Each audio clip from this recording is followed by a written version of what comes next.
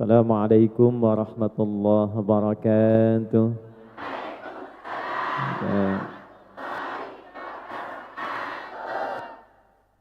Alhamdulillahi rabbil alamin.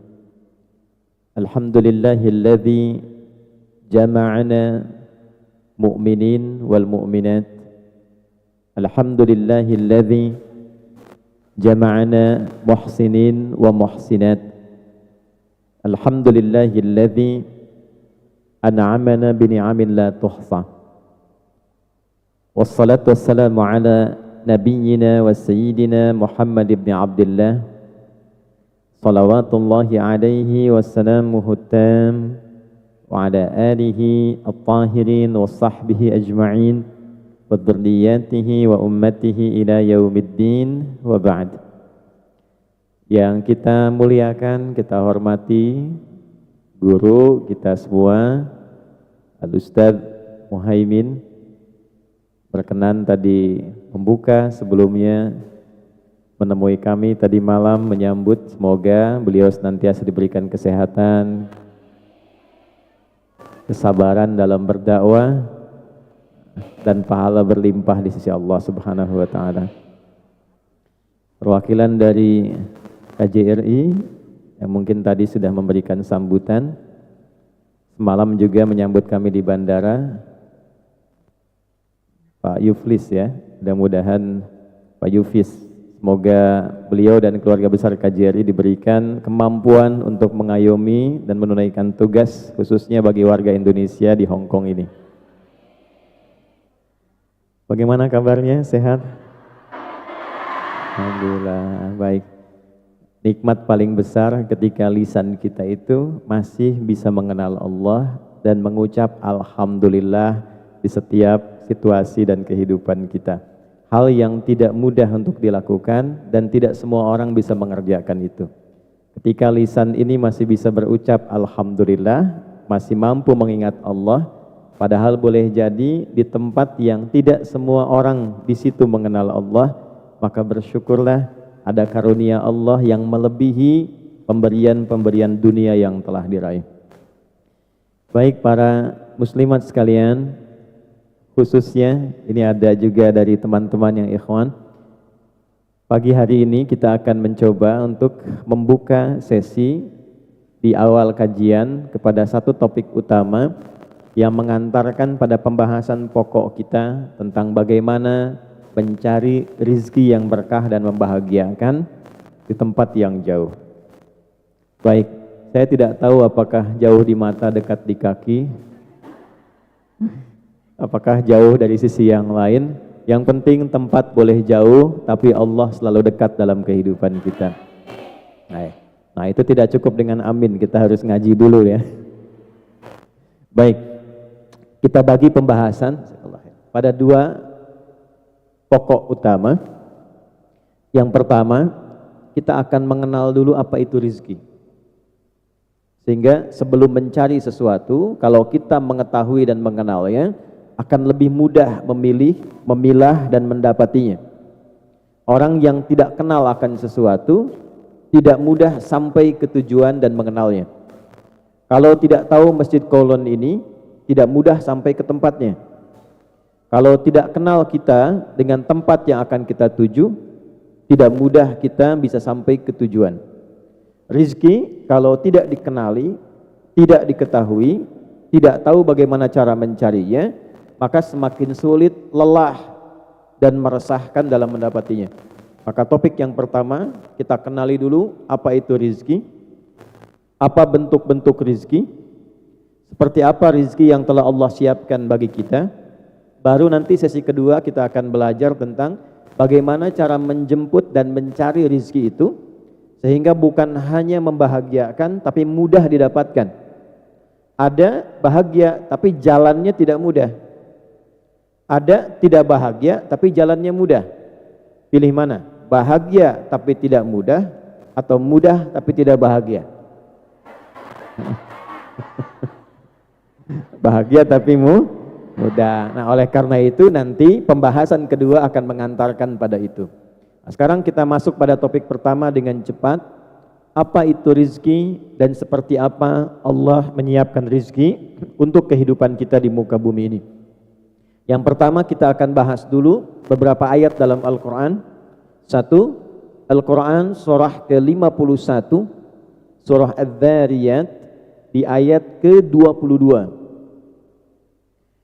Kemudian yang kedua, kita akan sambungkan ke Al-Quran surah ke-17 di ayat ke-70. Baik, yang ketiga nanti kita akan teruskan pada pembahasan-pembahasan pokok bersambung ke Quran surah kedua Al-Baqarah ayat 168 dan 172. Baru kemudian terakhir pada topik yang kedua nanti kita akan dalami lagi Quran surah ke-7 Al-A'raf di ayat ke-96. Nah, kurang lebih ada 5 ayat yang akan kita bahas khususnya di 2 topik dari sesi pagi ini sampai dengan siang ke sore insyaallah. Baik, yang pertama, apa itu rizki?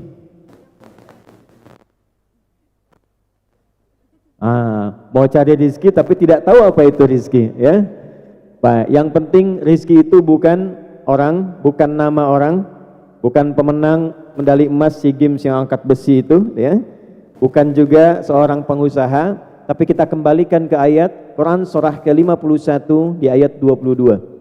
Wa fis samai rizqukum wa ma tu'adun. Dan di langit telah aku tetapkan rizki untuk manusia berkehidupan itu dan segala yang dijanjikan untuk memenuhi kebutuhan manusia di muka bumi. Perhatikan dulu sini, fokus baik-baik. Jadi para ibu sekalian khususnya, semua kehidupan kita di muka bumi ini, apapun yang kita akan kerjakan, itu Allah telah siapkan semua perlengkapannya. Persis seperti akan masuk ke rumah, kita mau bertugas misalnya, mau bersih-bersih, gak mungkin kalau gak ada sapunya kan? Kita mau lap, gak mungkin kalau gak ada lapnya kan? Nah sama, kita hidup di muka bumi ini, semua apa yang kita perlukan, kelengkapannya sudah Allah siapkan. Dipersiapkan untuk memudahkan semua kebutuhan hidup kita di muka bumi ini. Nah, semua yang terkait dengan kebutuhan kita itu bahasa singkatnya disebut dengan rizki. Jelas? Paham? Nah, kalau sudah jelas mari kita akhiri. Baik ya. Jadi persingkat dulu. Semua yang kita butuhkan untuk memenuhi tugas kehidupan di muka bumi ini disebut dengan apa namanya?